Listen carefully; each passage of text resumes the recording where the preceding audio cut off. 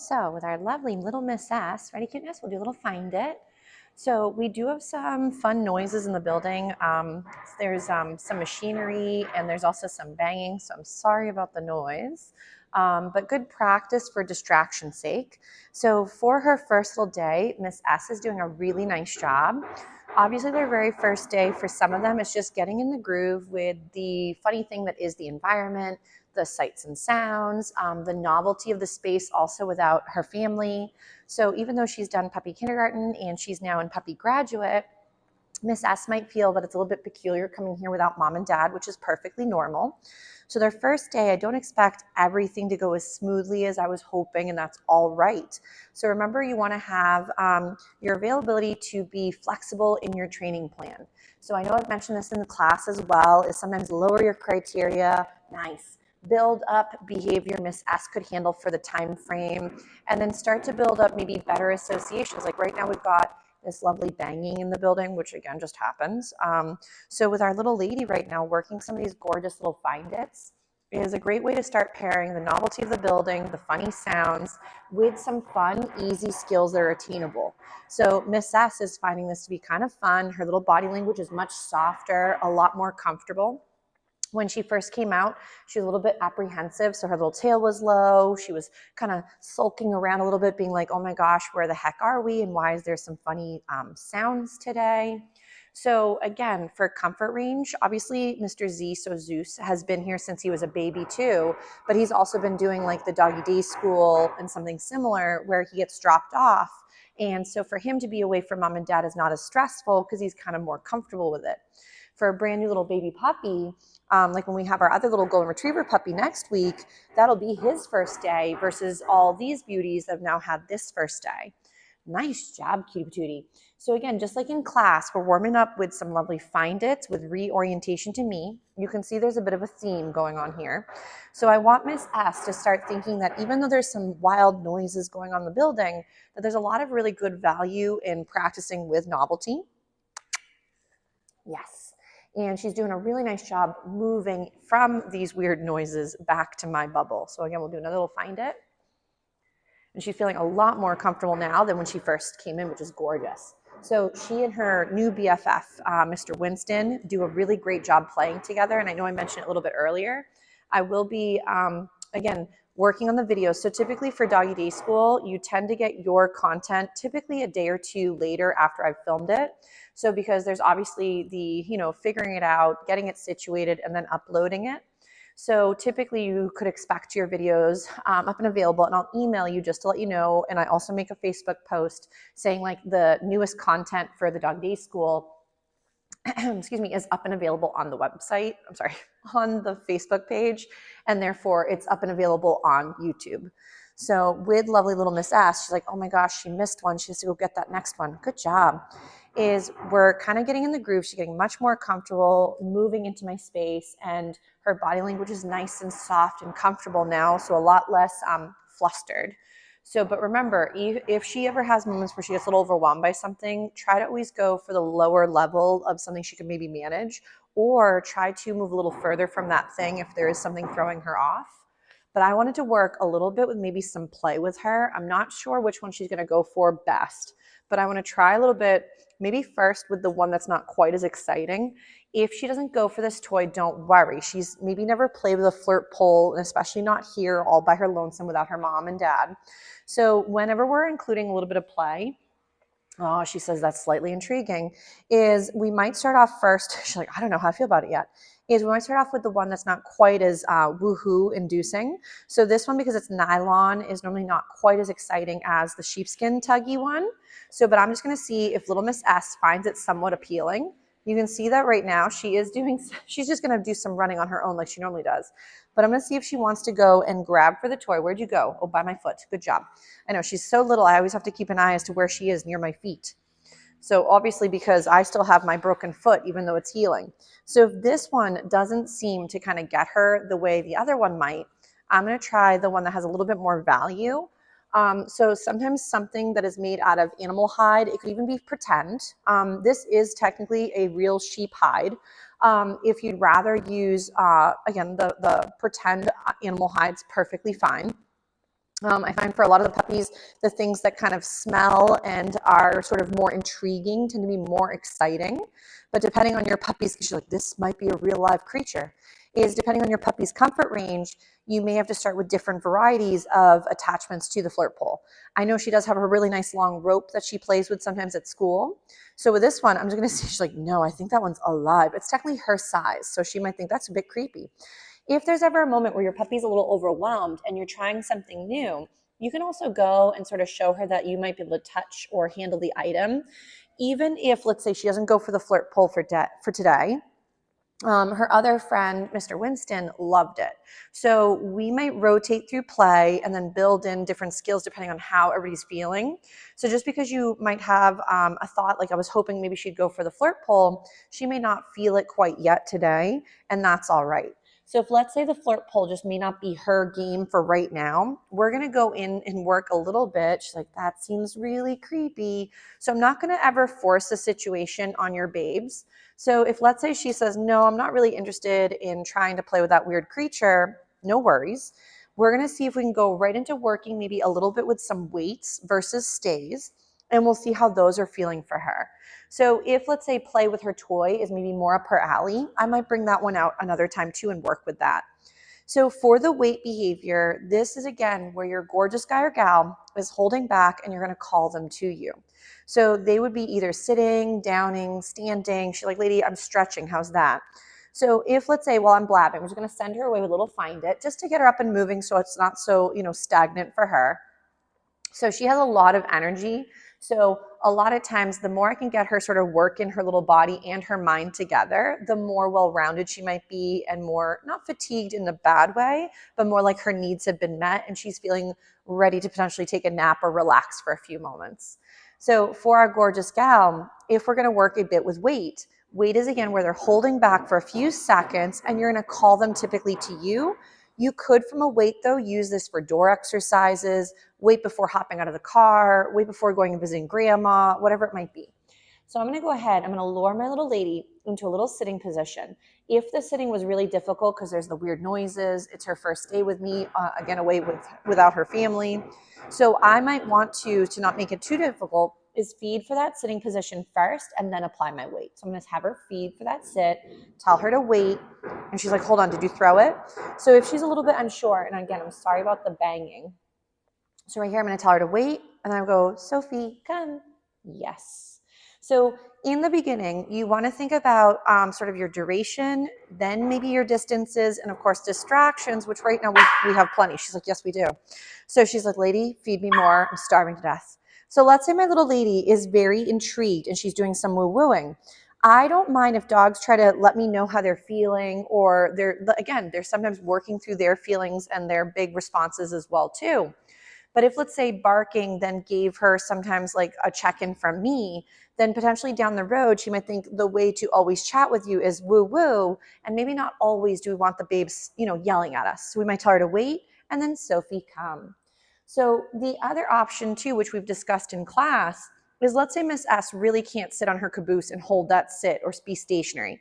You could go into a find it, and then from there, go, Sophie, come, and work those recalls for a few moments, which we've done, again, earlier, like we mentioned in the classroom setting. Nice.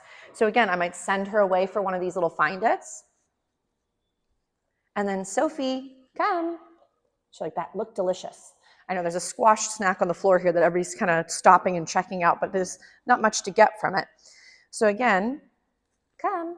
Yes. So sometimes you can rotate a little bit through some of these recalls from a find it. Then let's say she's feeling a little bit more cozy. We might get her a little sit, tell her to wait, give her a few seconds, and then Sophie, come.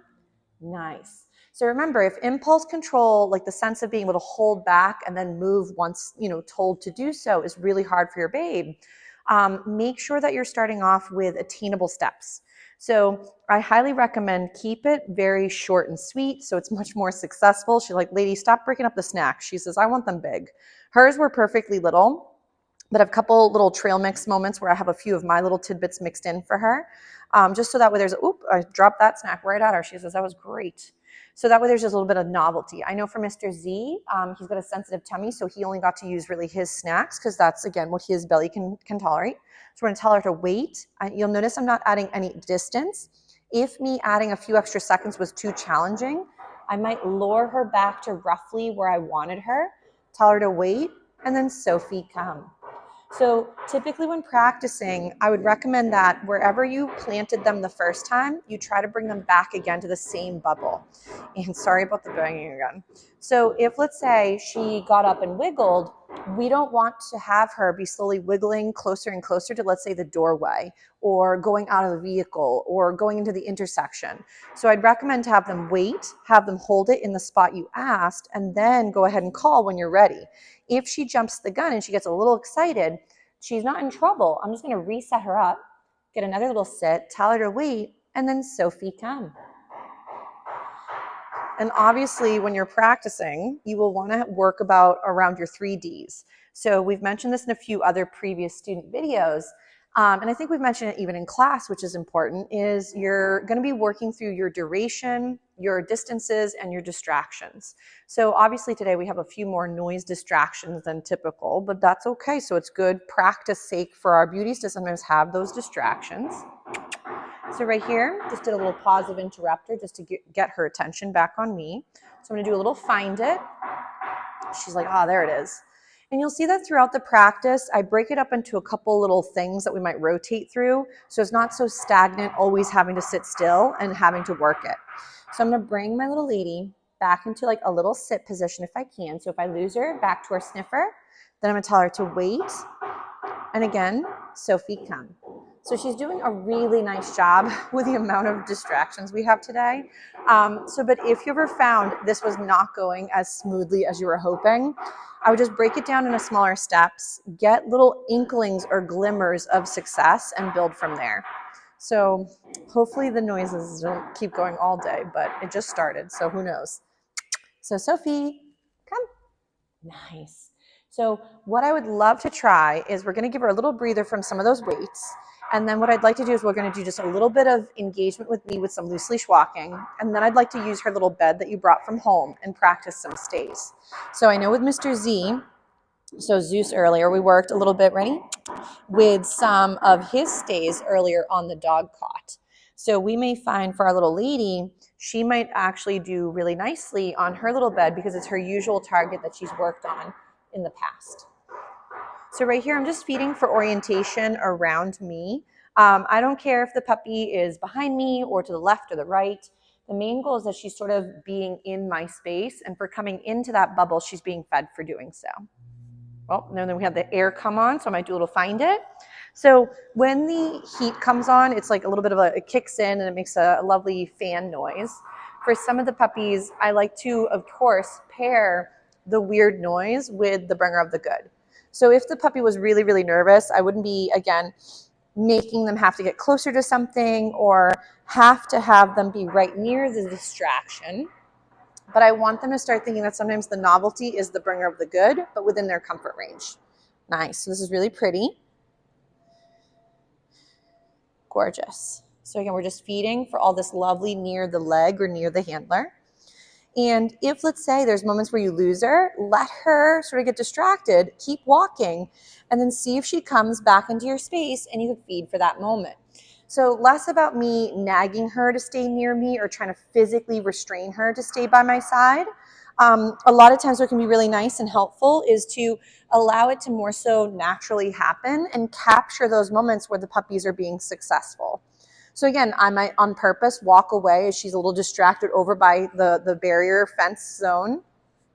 And then from here, either wait to see if she reorients or go ahead and maybe call her, Sophie, come, and work a lovely little recall. Nice job. So that way you get the chance to sometimes rotate through a few different skills and get your babe comfortable in a real world situation where she was busy and sniffing, come back to you from that bubble. So right now I'm just meandering, just kind of walking around the bubble, and then I'm just feeding her intermittently here and there for being by the side. She's doing a really nice job. So let's say too, she's doing a great job honing in. I might then on purpose send her away so she could go wander And of course, if you don't have a safe bubble to do this in the house is fine. You may find using that long leash that she has, her lovely pink lead. And then that way, as she's practicing like in your yard, she could have a couple little zoomies and run around and do some playing. And then after a little bit of experience doing some woohoo time, then rein it in with a little bit of check-ins throughout the distractions of the environment. Nice. Good job. So, but you'll see also my rate of reinforcement is high enough that she feels that there's value in trying these skills. If it was so stagnant and like, let's say very few snacks in between these different things she's working on, she may find very little value in me and much more value in the environment. So make sure that you guys don't become just something kind of on the back burner, and make sure that when you're practicing, Sophie, come. Yes. You're part of the fun part of the outdoor environment too. So if, let's say, she was already off leash and she's really struggling with recalls and it's more fun for her to have you chase her around for an hour, then that would be a situation where maybe keep away is actually more reinforcing to her than the check-in and coming back to you guys. I know we sort of dived into like recall rules where you don't want to make recalls the end of the game or the end of fun or when like the good stuff comes to a close. So if, let's say, every time I called my puppy, we went back into the house where it's super boring, then your puppy may start to not come when called because it always equals we're going inside the home and away from the fun outdoor time.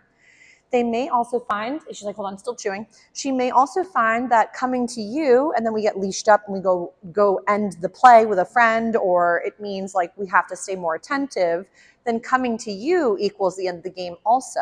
So I'd be careful that when we're practicing recalls, we don't make it the end of the exercise or the end of the game or the end of outdoor time. So maybe you call your puppy 3 or 4, 15 times to you, and maybe on the final time, we go into the home. But if every time it's a recall and we go in the house, they're going to start to probably not respond the same way they did when they first started working with recalls. Find it. So again, we're just sending her away. Ready? Sophie, come. What a good job.